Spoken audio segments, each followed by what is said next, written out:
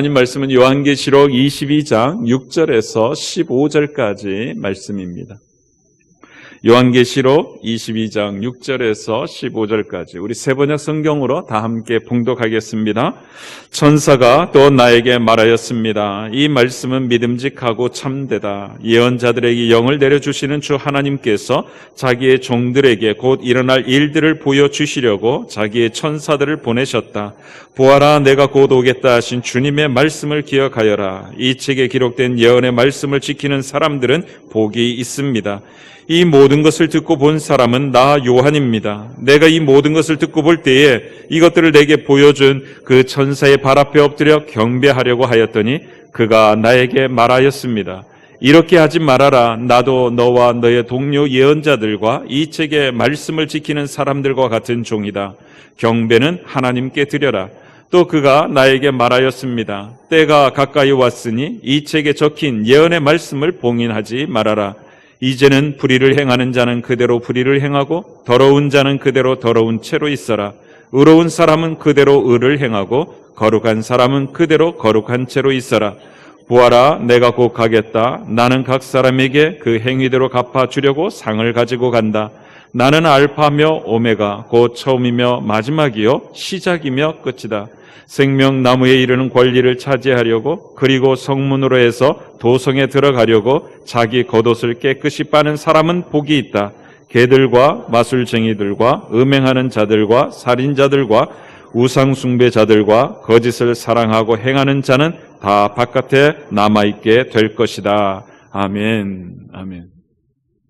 사랑하는 성도 여러분, 예수 그리스도를 구세주로 믿는다는 그 이유 하나 때문에 매우 혹독한 박해를 받고 있던 1세기 교회와 신자들에게 장차 반드시 일어나게 될 그 일들에 대해서 주님께서 들려주신 말씀이 우리가 살피고 있는 요한계시록입니다. 지난 주일까지 우리는 29번에 걸쳐서 이 요한계시록을 살펴왔습니다. 그 대략은 이러합니다. 1세기 교회의 현실 속에 보내는 편지인데 그 1세기 현실이 1장 9절 말씀 속에 담겨 있죠. 여러분 같이 한번 1장 9절을 읽어보겠습니다. 여러분 안에서 여러분의 형제여 예수 안에서 환난과 그 나라와 인내에 여러분과 더불어 참여한 사람인 나 요한은 하나님의 말씀과 예수에 대한 증언 때문에 반모라는 섬에 갇혀 있게 되었습니다. 아멘. 여러분 여기 색을 달리한 말씀 대목을 보십시오. 하나님의 말씀과 예수에 대한 증언 때문에.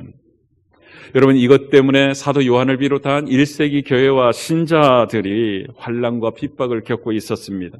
생존해 있던 사도 요한마저도 반모섬에 유배를 당하고 있었으니까 그 당시 교회의 형편이 마치 풍전등화와 같은 위기에 놓여 있으니 자명합니다.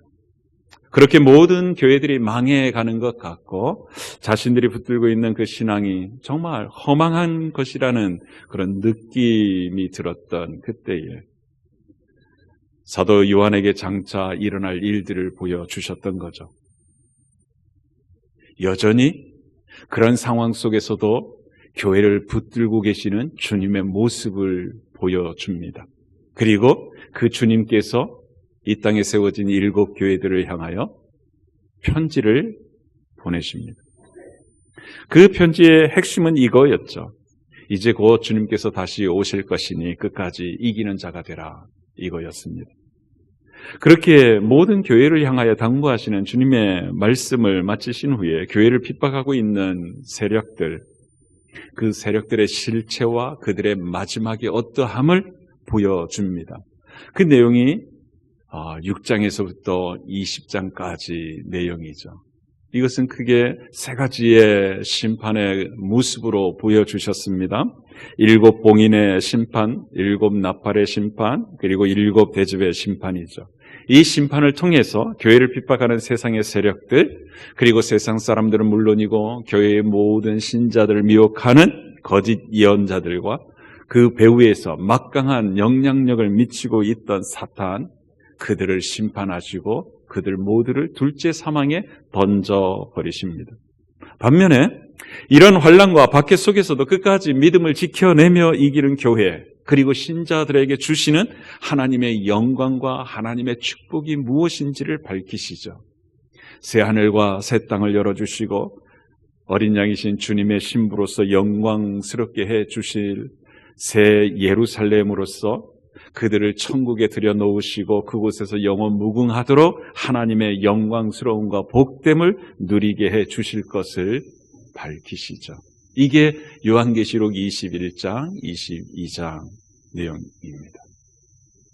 이러한 주님의 계획들, 이것을 다 들었던 요한에게, 그리고 그 시대를 살고 있던 교회들, 신자들, 그리고 장차 모든 시대에 세워질 교회와 신자들에게 주시는 마지막 당부의 말씀을 하시는데, 그것이 바로 오늘 우리가 읽은 본문 말씀입니다.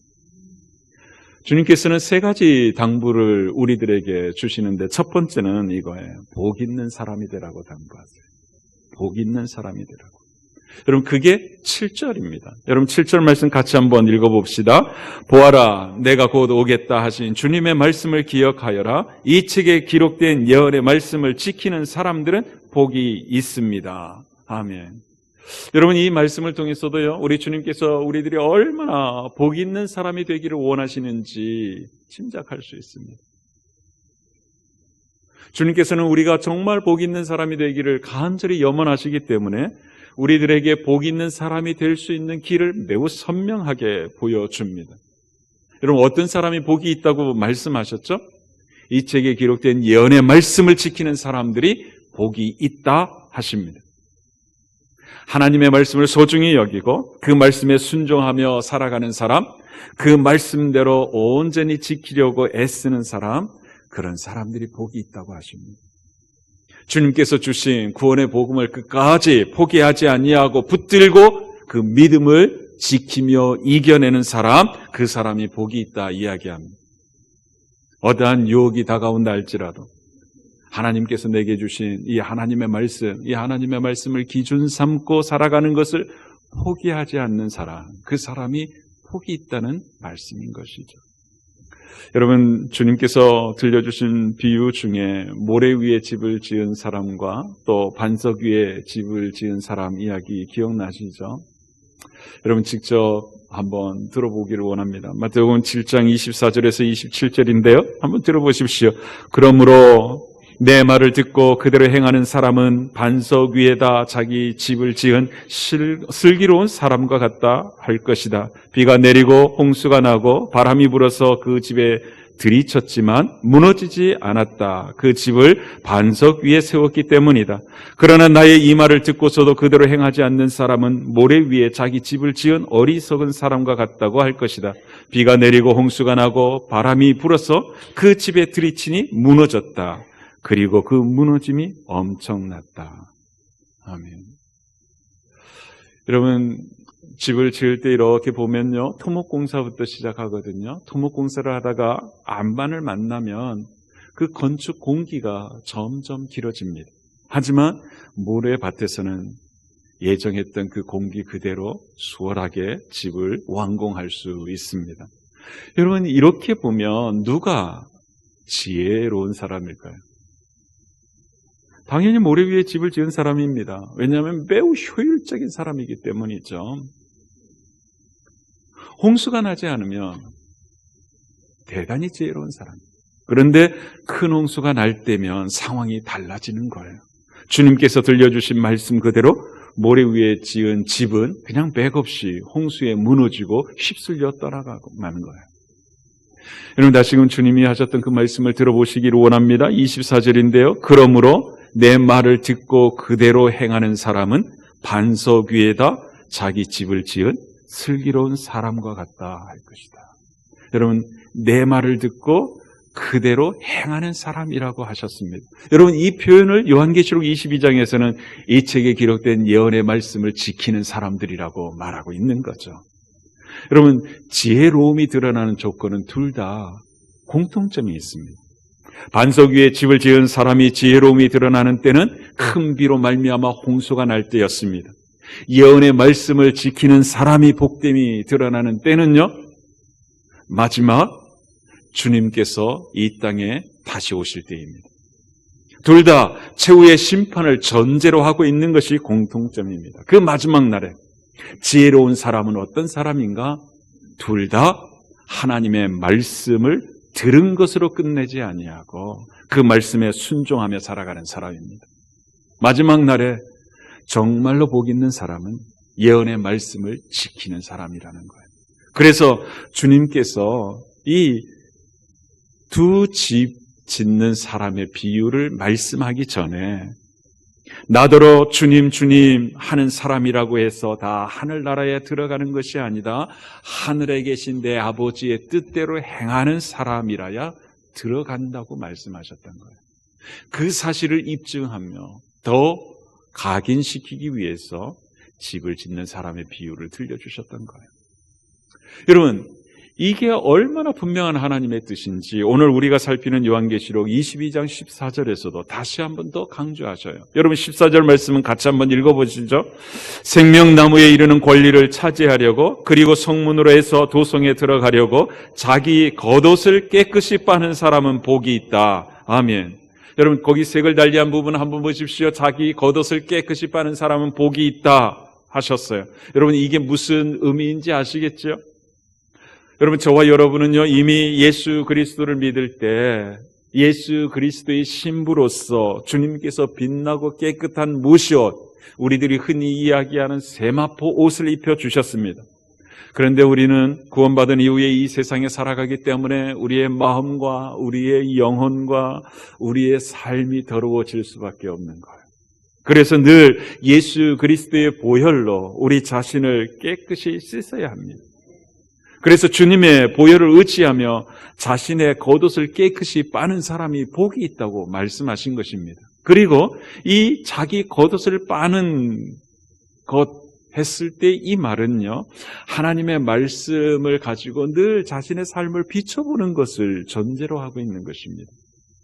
하나님의 말씀을 읽거나 하나님의 말씀을 들을 때 깨닫게 된 그 하나님의 뜻을 실제로 내 삶 속에 실천하며 살아가는 것, 이것을 두고서 겉옷을 깨끗이 빠는 것이라고 이야기하는 것입니다.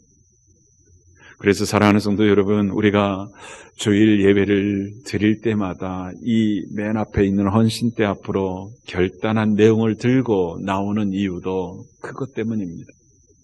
오늘 말씀 듣는 중에 깨달은 하나님의 뜻대로 살지 못했던 내 삶을 주님 앞에서 깨끗이 씻어버리기 위해서입니다.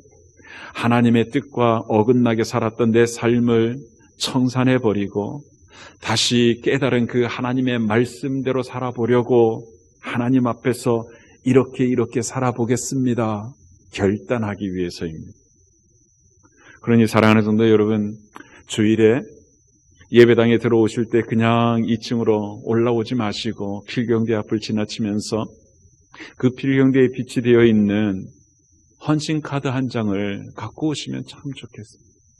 여러분, 예배를 드리는 중에 하나님께서 우리에게 말씀해 주시는 통로가 참 다양합니다. 옆에 앉아있는 형제 자매들의 모습을 통해서 우리에게 말씀하실 때도 있고요, 강단에서 대표로 기도하는 기도자의 기도를 통해서 내게 말씀하시는 경우도 있고, 찬양대의 찬양과 내 마음을 하나로 올려드릴 때 하나님이 내게 주시는 감동과 결단도 있을 수 있고요, 이렇게 강단에서 선포되는 하나님의 말씀을 들을 때 하나님이 주시는 음성이 있을 수 있습니다.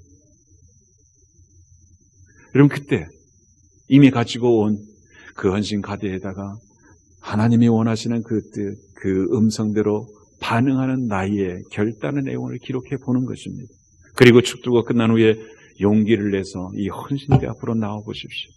그렇게 이 헌신대 앞으로 나오는 것부터가 말씀대로 살아보겠다는 결단의 첫 실천인 거예요. 말씀대로 살아가는 첫 단추인 거예요. 그렇게 매주 우리들의 겉옷을 깨끗이 빠는 은혜를 풍성히 누리게 되기를 주의 이름으로 축복합니다. 여러분, 우리 교회에서 매년 봄에 삶 공부를 오픈하는 것도 바로 신자로서 어떻게 살아야 하는지를, 그 기준을 배우기 위해서입니다. 내년에는 부부의 삶을 주중에 배우는 과목으로 오픈할 예정이거든요. 왜 이렇게 오픈하려고 하는가? 행복한 부부로 살아가는 것이 우리 하나님이 우리를 향하여 품으신 그 많은 뜻 가운데 매우 중요한 뜻 중에 하나이기 때문입니다. 그래서 어떻게 해야 행복한 부부로 서로 사랑하며 살아갈 수 있는지, 어떻게 부부가 하나 되어서 하나님이 원하시는 행복한 가정을 꾸려갈 수 있을지 성경을 통해서 그 지혜를 함께 배워보려고 하는 것입니다. 그러니 특별히 젊은 부부들이 많이 신청했으면 좋겠어요. 왜 그런가 하면 부부로서 살아갈 그 시간이 많이 남아있기 때문입니다. 그 지혜를 일찍 배우면 일찍 배울수록 정말 멋있고 행복한 부부로 살아가는 시간이 길어지고 행복한 가정을 꾸려가서 그 열매를 거두는 시간이 길어질 것이라 확신하기 때문입니다. 사랑하는 성도 여러분, 여러분 모두가 하나님이 원하시는 마지막 당부처럼 복 있는 사람이 되기 원하시는 주님의 말씀에 순종하는 마음으로 삶 공부에 적극적으로 참여하기를 주의 이름으로 축복합니다. 일부에도 아멘 소리가 매우 적었는데 이제 한번 축복합시다. 옆 사람에게 이렇게 한번 축복해 봅시다. 우리 복 있는 사람으로 살아봅시다.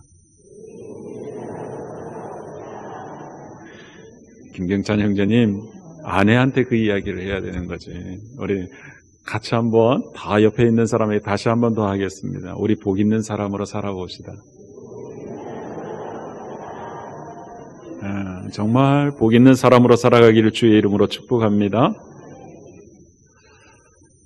두 번째 당부하시는 것은요, 하나님만 경배하며 살라고 하십니다. 하나님만 경배하며 살라. 여러분, 지금까지 우리가 살폈던 요한계시록의 모든 계시를 사도 요한은 천사를 통해서 보았고 들었습니다.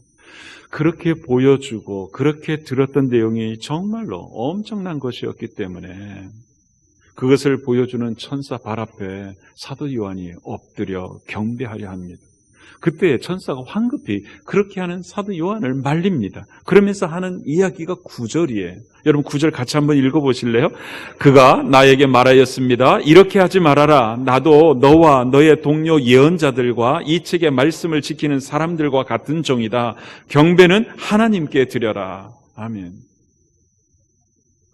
자신에게 경배하려는 사도 요한을 천사가 말립니다. 그렇게 말리는 이유가 뭐냐 하면 자기 자신도 하나님 말씀을 지키며 살아야 하는 하나님의 종이기 때문에 그렇다고 이야기합니다. 나도 너와 너의 동료 예언자들과 이 책의 말씀을 지키는 사람들과 같은 하나님의 종이라고 이야기해요. 여러분, 성경은 참 놀라운 사실을 우리에게 가르쳐 줍니다. 하늘의 천사는요, 구원받은 신자인 우리를 섬기라고 보냄받은 하나님의 종이라는 사실입니다. 여러분, 히브리서 1장 14절을 보니까 이렇게 기록하고 있습니다. 천사들은 모두 구원의 상속자가 될 사람들을 섬기도록 보내심을 받은 영들이 아닙니까? 아멘. 우리를 섬기도록 보냄받은 하나님의 종들이 천사라고 이야기합니다. 그리고 고린도전서 6장 3절을 보면 더 놀라운 사실도 가르쳐줍니다. 한번 같이 읽어보시죠. 우리가 천사들도 심판하리라는 것을 알지 못합니까? 그러한데 하물며 이 세상 일이야 말할 나위가 있겠습니까? 우리가 누구를 심판한다고요? 천사들을 심판하리. 여러분, 우리가 천사를 심판한다는 이 말은 타락한 천사들을 주님과 함께 심판하게 될 거라는 이야기인 것입니다. 동시에 우리는 하나님의 상속자로서 주님과 더불어 다스리게 될 존귀한 자이기 때문에 천사들까지도 관장하게 될 위치에 있음을 일깨워주는 말씀입니다. 그러니까 천사는 우리의 경배의 대상이 절대로 될 수 없습니다. 우리의 유일한 경배의 대상은 우리를 구원하신 여호와 하나님이십니다. 뿐만 아니라 아브라함의 인생을 이렇게 살펴보면요, 하나님의 백성들이 하나님을 경외하며 사는 것을 하나님이 얼마나 염원하시는지를 확인할 수 있습니다. 창세기 22장 12절 말씀을 개역개정으로 제가 한번 읽어드릴게요. 들어보세요. 사자가 이르시되 이 아이에게 내 손을 대지 말라. 그에게 아무 일도 하지 말라. 내가 내 아들 내 독자까지도 내게 아끼지 아니하였으니 내가 이제야 내가 하나님을 경외하는 줄을 아노라. 아멘.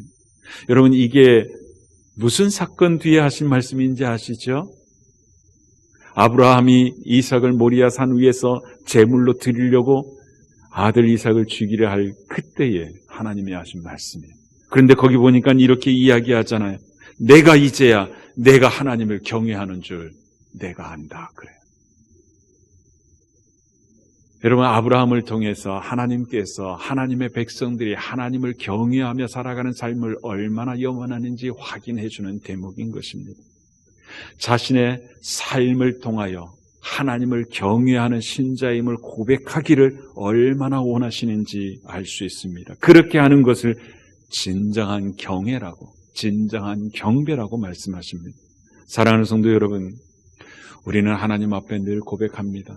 전능하사 천지를 만드신 하나님 아버지를 내가 믿사오며.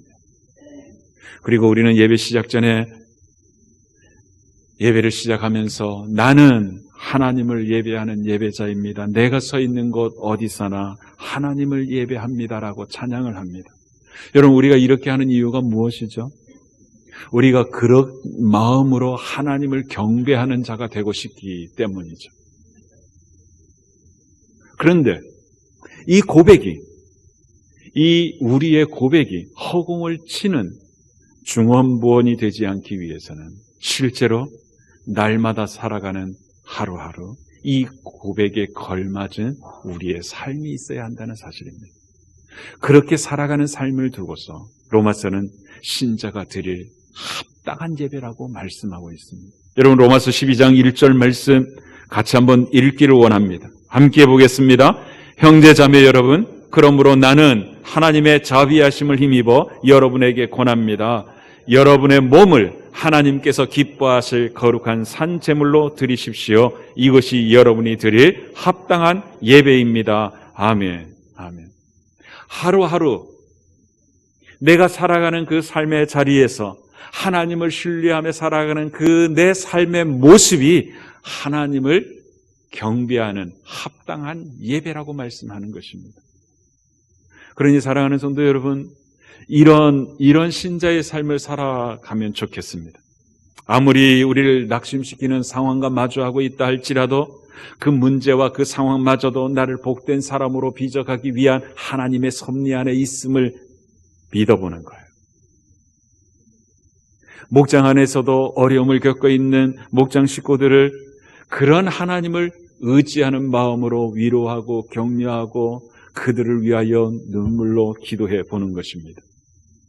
그렇게 살아가는 우리의 모습들 하나하나 하나님을 기쁘시게 하는 경배가 되어서 하나님의 보좌 앞에 올라가게 될 줄 믿습니다. 주님 앞에 서는 그날까지 오직 하나님만 참되게 예배하는 참된 예배자들이 되기를 주의 이름으로 축복합니다. 마지막 세 번째 당부는 이거예요. 다시 오실 주님께서 주실 상을 소망하며 살아가라고 당부하십니다. 그게 12절 말씀입니다. 우리 같이 한번 읽어보시죠. 보아라, 내가 곧 가겠다. 나는 각 사람에게 그 행위대로 갚아주려고 상을 가지고 간다. 아멘. 여러분, 주님께서 이 말씀을 하시는 의도가 무엇인지 아시겠죠?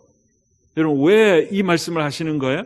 우리 보고 새하늘 새 땅에서 주님께서 주실 그 상을 바라보면서 이 땅에 살아가는 남은 생애를 살아가기를 원하신다는 거예요. 그래서 주님께서 내가 이제 금방 간다. 나는 각 사람에게 각 사람이 행한 행위대로 갚아줄 상을 가지고 갈 거야. 그러시는 거예요. 우리 주님께서는 반드시 저와 여러분에게 상을 베풀어 주실 줄 믿습니다. 구원받은 하나님의 자녀로서 주를 위해 헌신했던 모든 우리들의 행위들을 하나님께서 일일이 들추어내며 상을 베풀어 주실 줄 믿습니다. 그러니 신자라면 장차 주님께서 주실 이 상을 바라보며 살아야 하는 것이 마땅한 것입니다. 여러분, 사도 바울이 그랬습니다. 사도 바울이 빌립보 교회 성도들에게 보내는 편지에서 자신의 간절한 소원 두 가지를 이야기해요. 하나는 뭐냐 하면 주님의 부활에 동참하고 싶다고 이야기해요. 주님이 부활한 것처럼 자신도 죽음 넘어 부활의 삶으로 들어가고 싶다고 이야기합니다. 그리고 두 번째 소원을 이렇게 이야기합니다. 그게 빌립보서 3장 13절 14절에 형제자매 여러분, 나는 아직 그것을 붙들었다고 생각하지 않습니다. 내가 하는 일은 오직 한 가지입니다. 뒤에 있는 것은 잊어버리고 앞에 있는 것을 향하여 몸을 내밀면서 그리스도 예수 안에서 하나님께서 위로 부르신 그 부르심의 상을 받으려고 목표점을 바라보고 달려가고 있습니다. 아멘. 이게 두 번째 염원하는 거였습니다. 뭐냐 하면 하나님께서 자신을 부르신 그 부르심에 주실 하나님의 상을 바라보며 그 상을 얻기 위하여 달려가는 것, 이게 그의 소원이라는 거예요. 주님께서 주님 앞에서는 그날 바울 자신에게 주실 그 상을 꿈꾼다는 것입니다. 그 상을 얻기 위해서 이제까지 자신이 이루어놓은 모든 것들은 다 개념치 아니하고 앞으로 살아갈 그 남은 생에 오늘 하루하루 그 상을 얻기 위하여 헌신의 길을 달려가겠다고 고백하는 것입니다. 특별히 사도 바울은요, 주님께로부터 이방인의 사도로 부름을 받았거든요. 그래서 그 부르심의 상을 얻기 위하여 그는 그 모진 어려움과 고난과 환난을 아랑곳하지 아니하고 땅끝까지 복음을 전하며 사는 삶에 헌신하며 살아왔습니다. 그리고 남은 생에도 그렇게 살겠다고 빌립보 교회 성도들 앞에서 고백하고 있는 것입니다. 그런데 여러분, 저와 여러분도 사도 바울이 받은 그 부르심의 사명을 받은 것 알고 계시죠? 여러분, 주님께서 주님의 12 제자들은 물론이고 이 땅에 구원받은 모든 성도들을 향하여 동일하게 부르시는 그 부르심의 목적을 마태복음 28장 19절과 20절에 분명하게 이야기했습니다. 여러분, 같이 한번 주님의 음성을 듣는 것처럼 우리 같이 한번 읽어봅시다. 그러므로 너희는 가서 모든 민족을 제자로 삼아서 아버지와 아들과 성령의 이름으로 세례를 주고 내가 너희에게 명령한 모든 것을 그들에게 가르쳐 지키게 하여라. 보아라, 내가 세상 끝날까지 항상 너희와 함께 있을 것이다. 아멘. 아멘. 여러분, 이 사명을 우리들이 받았습니다. 그래서 여러분, 우리가 매년마다 연초가 되면 목장에서 목장 VIP를 정하는 것입니다. 여러분, 26년도에도 우리는 목장 VIP를 정하게 될 것입니다. 그렇게 우리들이 정한 목장 VIP를 1년 한 해 동안 부지런히 기도하면서 섬기는 것입니다. 어떻게 해서든지 목장 모임에 와서 하나님의 가족들이 살아가는 삶의 모습을 목격하게 하려고 하는 것입니다. 그리고 기도하면서 그들을 어떻게 해서든지 예수 영접 모임에 참석하게 하고 그 예수 영접 모임에서 예수님의 복음을 듣고 예수님을 구주로 믿기를 염원하는 것입니다. 그러므로 사도 바울처럼 우리도 남은 생애를 이 사명에 최선을 다하여 충성하다가 주님 앞에 서게 된다면 저와 여러분도 주님께서 주시는 그 영광스러운 상을 받게 될 줄 믿습니다. 어디 그뿐이겠습니까? 여러분, 이번 새롭게 편성된 청소사역 그리고 주일 예배를 섬기는 연합교회 여러 사역들, 거기에 우리들 모두가 봉사하겠다고 자원하고 또 그렇게 편성한 것에 여러분 모두가 기쁨으로 수락해 주셨는데, 여러분 한 해 동안 그 봉사 사역에서 헌신할 때에 그 봉사했던 모든 헌신마다 주님께서 기억하시고 상을 베풀어 주실 줄 믿습니다. 왜냐하면 주님께서 제 아무리 사소한 것이라 할지라도 아무에게 눈에 띄지 않는 그런 일이라 할지라도 주님의 이름으로 주님의 제자가 행한 그 모든 일들은 기억하시겠다고 약속하셨기 때문입니다. 그 말씀이 마태복음 10장 42절입니다. 우리 같이 한번 읽어보실래요? 함께 읽겠습니다. 내가 진정으로 너희에게 말한다. 이 작은 사람들 가운데 하나에게 내 제자라고 해서 냉수 한 그릇이라도 주는 사람은 절대로 자기가 받을 상을 잃지 않을 것이다. 아멘. 여러분 거기 보십시오. 냉수 한 그릇이라도 주는 사람은 절대로 자기가 받을 상을 잃지 않을 것이라고 말씀하셔요. 그러니 여러분 삶의 자리에서 주님의 이름으로 행하는 그 모든 선행들은 주님이 다 기억하십니다. 그러니 사랑하는 성도 여러분, 주님께서 살게 하시는 하루하루의 삶 속에서 여러분의 삶의 자리에서 주님의 선한 영향력을 끼치며 살기를 주의 이름으로 축복합니다. 우리 모두 주님만 의식하면서 오직 주님께서 인정해 주시기만을 바라면서 장차 주님 앞에 설 그때에 주실 그 상을 기대하면서 하루하루 살아가 보십시다. 그리하면 우리가 예배를 마무리하면서 부르는 찬송가 가사처럼 인생의 끝자락에 우리가 다다랐을 때에 주님께서 양손 벌리고 우리를 맞이해 주실 줄 믿습니다. 기도하겠습니다.